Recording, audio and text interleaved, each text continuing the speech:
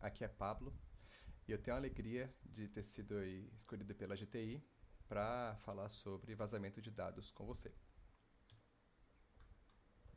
Opa, vamos lá. Em março, a XP anunciou que teve dados vazados. Foi um vazamento de dados e isso nos levou a refletir qual é o impacto dessa notícia nas nossas vidas.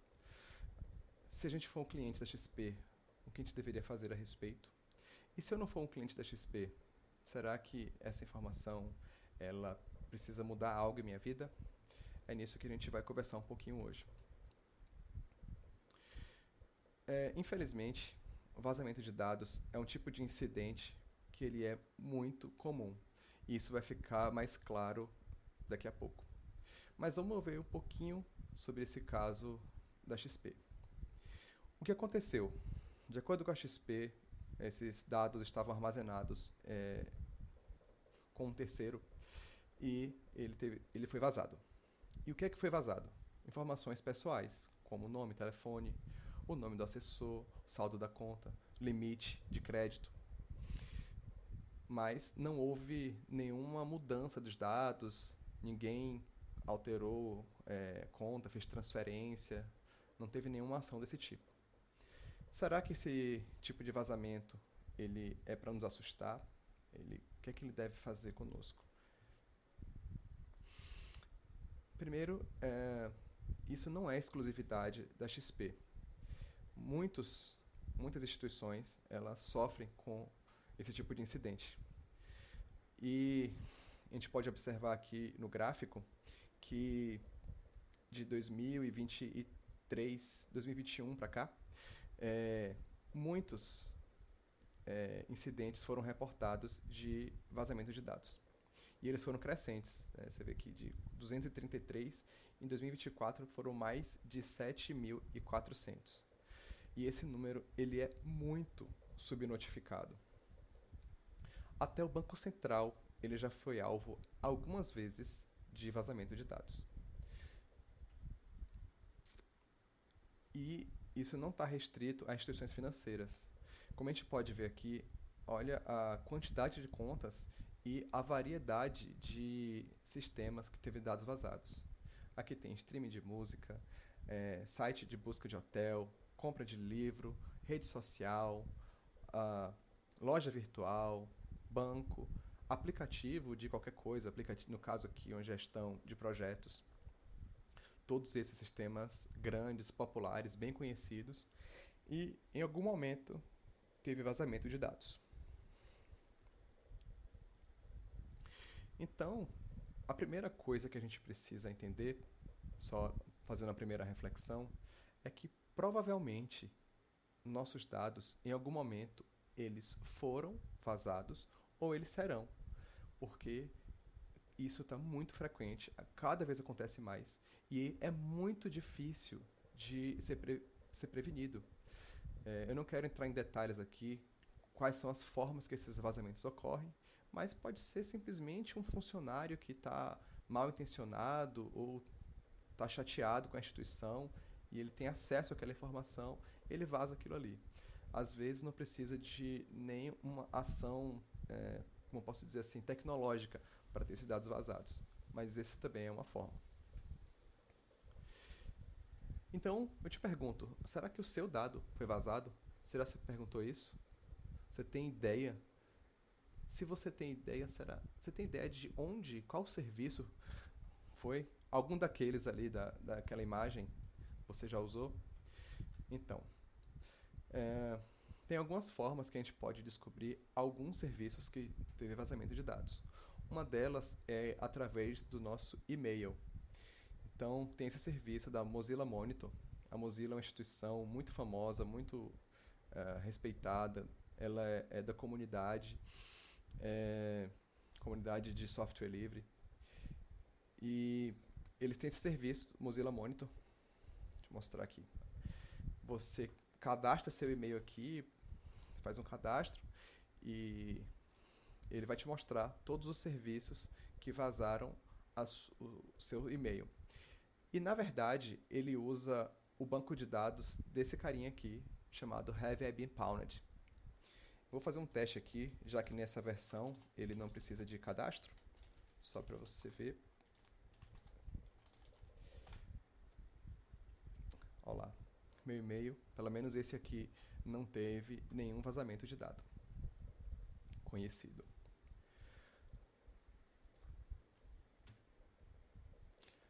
Uma outra coisa é verificar se alguma instituição financeira, tem alguma conta que você não conhece, alguém criou uma chave Pix que você não sabe, em seu nome.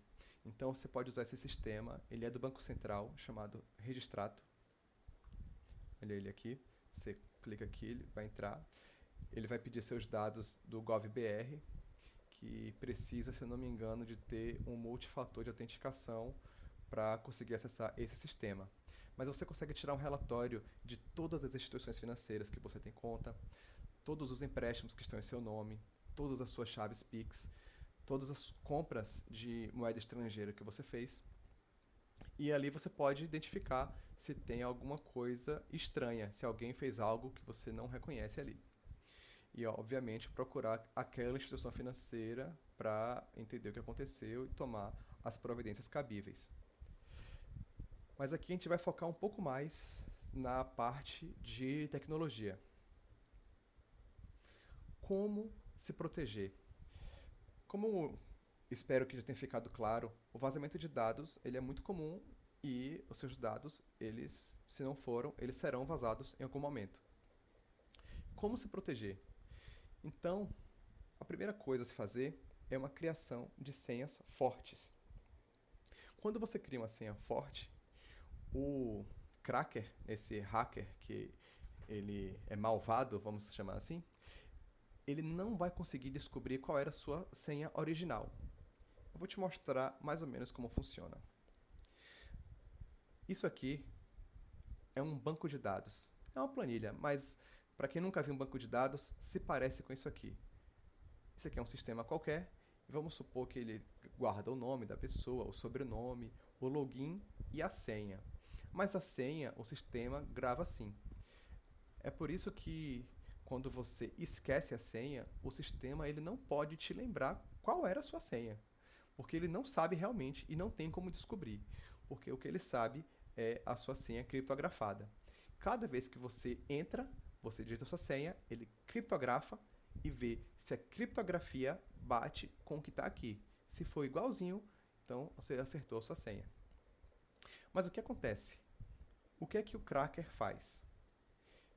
Ele tem um banco de dados com todas as senhas fáceis e todos os hashes que essas senhas geram. Então, se você usa uma senha fácil, ele pode, pelo hash, descobrir qual é essa senha. Então, por isso que você precisa dificultar a vida dele e colocar uma senha difícil. Aí você fala, quantas senhas fáceis esses crackers conseguem gerar? Em 2024, mais de 9,9 bilhões de senhas foram expostas. Senhas reais. Então, a sua senha ela precisa ser diferente desses quase 10 bilhões de senhas que já foram expostas. Porque para essas 10 bilhões, o cracker ele já tem um hash guardadinho para comparar com o seu. Mas não adianta apenas ter uma senha difícil. A gente já viu isso em outras oportunidades, que a senha difícil ela tem que ser complexa. O que é ser complexa? Ela precisa ser longa, ela precisa ter caractere minúsculo, maiúsculo, número, caracteres especiais. E tudo isso junto vai gerar uma senha complexa. Mas eu tenho uma outra notícia para te dar. Como você faz para reduzir a superfície de ataque? Você não pode ter uma senha complexa e compartilhá-la com vários aplicativos diferentes. Por quê? Se, de alguma forma, algum atacante conseguir pegar sua senha, às vezes ele conseguiu identificar de alguma forma aquela senha, ele vai conseguir te prejudicar em vários serviços diferentes. Então, se você mantém uma senha para cada serviço, Isso garante que se de alguma forma aquela senha for vazada ou aquela senha for descoberta, apenas aquele serviço será prejudicado. Então, se uma senha do seu streaming for descoberta, ninguém vai entrar na sua loja virtual e fazer compras se passando por você. Mas aí entra outra dificuldade. Como eu vou criar senhas tão difíceis, tantas senhas diferentes, porque vai ser uma para cada serviço, e vou conseguir me lembrar de todas essas senhas? Então, por isso que a recomendação é que você use um gestor de senhas, um aplicativo que você precisa lembrar de uma senha mestra, e essa senha tem que ser muito difícil, porque se alguém descobrir essa senha, vai conseguir descobrir todas as outras. Você tem esse aplicativo com uma senha mestra, e esse aplicativo vai fazer a gestão de todas as suas senhas. Então você pode fazer uma pesquisa e ver qual serviço você vai conseguir, vai ser melhor para ti.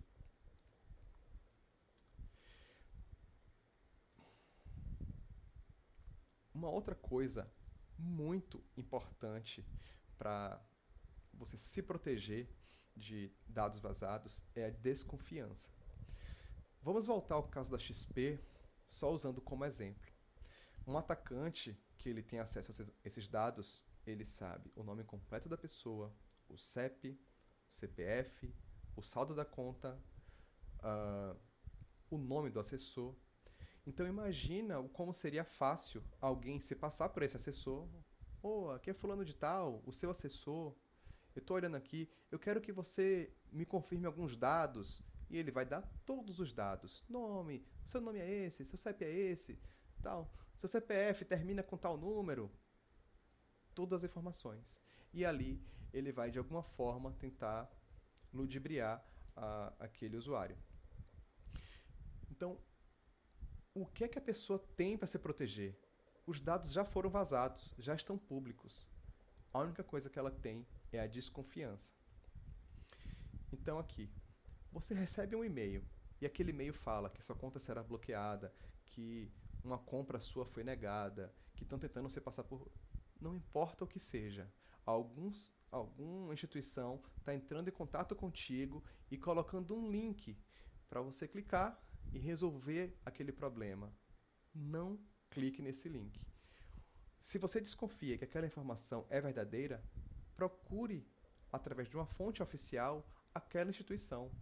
Pare aquele e-mail, não clique em nada, um exemplo, vá até o site oficial daquele banco, crie sua conta, acesse sua conta e veja se tem alguma informação ali condizente com o e-mail. Ligue para o seu gerente, pergunte, entre em contato você, mas não aceite o contato que você recebeu por e-mail. Mesma coisa com ligações. Eu dei esse exemplo aqui. Imagina que os clientes da XP agora poderão receber ligações de pessoas se passando por assessores e eles terão todos os dados. Como lidar com isso? Desconfie. O banco te ligou, está te fazendo perguntas. Cancele aquela ligação e faça você a ligação para o banco para resolver. Nunca informe código de SMS, nunca, jamais diga sua senha, nunca para ninguém. E também, em situações como essa, está falando com estranhos ali, não abra a câmera. Por quê? A pessoa tem todos os seus dados e ela pode tentar abrir uma conta numa instituição financeira, por exemplo, e ela precisa de uma prova de vida. Mas como ele vai conseguir a prova de vida? Ele faz uma ligação, pede para você abrir a câmera e na câmera o sistema vai estar pegando aquela informação ali e usando como prova de vida. E é assim que ele consegue abrir uma conta, por exemplo, numa instituição financeira de uma pessoa. Então, jamais diga código que você recebeu por SMS ou coisa parecida. Desconfie. Uma outra abordagem que você pode fazer, que vai diminuir a superfície de ataque, é criar cartões virtuais. Se você tem uma loja que você compra com alguma frequência e sua instituição financeira permite criar um cartão virtual, crie. Você pode ali deixar esse cartão bloqueado e só quando for fazer a compra, você habilita o cartão, faz a compra e depois volta a bloqueá-lo. Crie cartões específicos para streaming. Se em algum momento aquele dado for vazado, ó, e você precisa cancelar o cartão, todas as outras contas suas não estarão prejudicadas. E se você faz coisas que são ainda mais eventuais, como a compra de uma passagem aérea, contratar um hotel, uma coisa que você faz uma, duas, três, até 5 vezes por ano, tem várias instituições financeiras que eles permitem que você crie um cartão efêmero. Esse é um cartão temporário. Então você cria o cartão, faz aquela compra e em poucas horas ou em um dia aquele cartão não terá mais validade. Mesmo que a instituição guarde essas informações e que essas informações em algum momento sejam vazadas, elas não poderão ser usadas porque aquilo ali não tem mais validade, aquele cartão.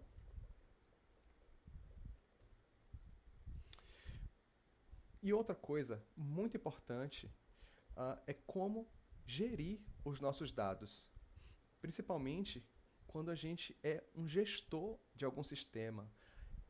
Quando a gente tem a gestão de algum sistema, aqueles dados que estão armazenados ali também é nossa responsabilidade.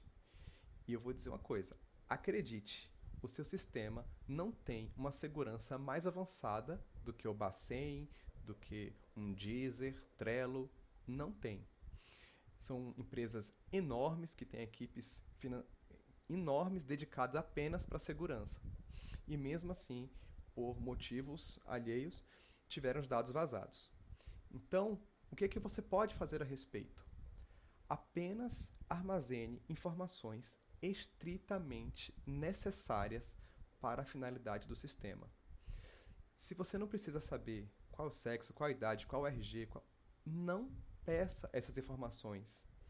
Se você precisa fazer uma validação e depois que essa validação for feita, esse dado ele não tem mais validade, descarte o dado. Faça com que esse dado não fique armazenado no sistema. Empresas que lidam com cartão de crédito, por exemplo, passam por um sistema de auditoria muito forte e tem alguns dados, como o dado do cartão de segurança, ele é proibido de ser armazenado de qualquer forma. Então, por quê? Porque se aqueles dados forem vazados, mesmo com toda a segurança possível, aquilo ali tem que ser bloqueado de ser acessado. Então, restrinja, pegue somente as informações necessárias. E isso também você pode estender para as permissões. Então, o seu sistema, ele tem pessoas que usam uma parte, tem outras que fazem outra, tem umas que podem inserir dados, tem outras que só podem ver os dados. Apenas dê o mínimo necessário de possibilidades no sistema que a pessoa precise para fazer suas tarefas. Muitos vazamentos ocorrem, às vezes um funcionário mal intencionado, um funcionário que ficou chateado com aquela instituição e quer prejudicá-la de alguma forma. Mas se aquele funcionário ele tem acesso apenas a uma parte muito específica que é útil para o trabalho dele, os dados que ele conseguir vazar, eles serão poucos, não serão tão grandes quanto possível. Então, todo acesso a todo o sistema, ele deve ser sempre o mínimo necessário.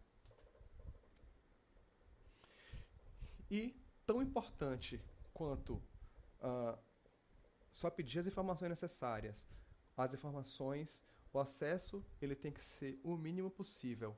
É que toda informação ela deve ter uma vida útil. O que é uma vida útil? É como você pensar no ciclo da vida.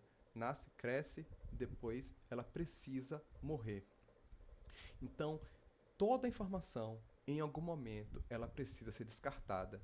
Se, por alguma coisa, o sistema precisa armazenar a foto de algum documento, mas se aquele documento tem validade, se essa validade está armazenada, e depois aquele documento não tem validade alguma mais, esse documento, essa imagem, ela precisa ser descartada. Porque toda informação que ela não tem utilidade, ela apenas serve como risco, nada mais. Então, eu acho que por hoje terminamos por aqui. Espero que você tenha aproveitado essas informações, que de alguma forma tenha sido útil para ti E se ficou alguma dúvida, por favor, não hesite em entrar em contato, porque teremos o prazer em ajudar se a gente tiver essa possibilidade. Muito obrigado, tenha um ótimo dia.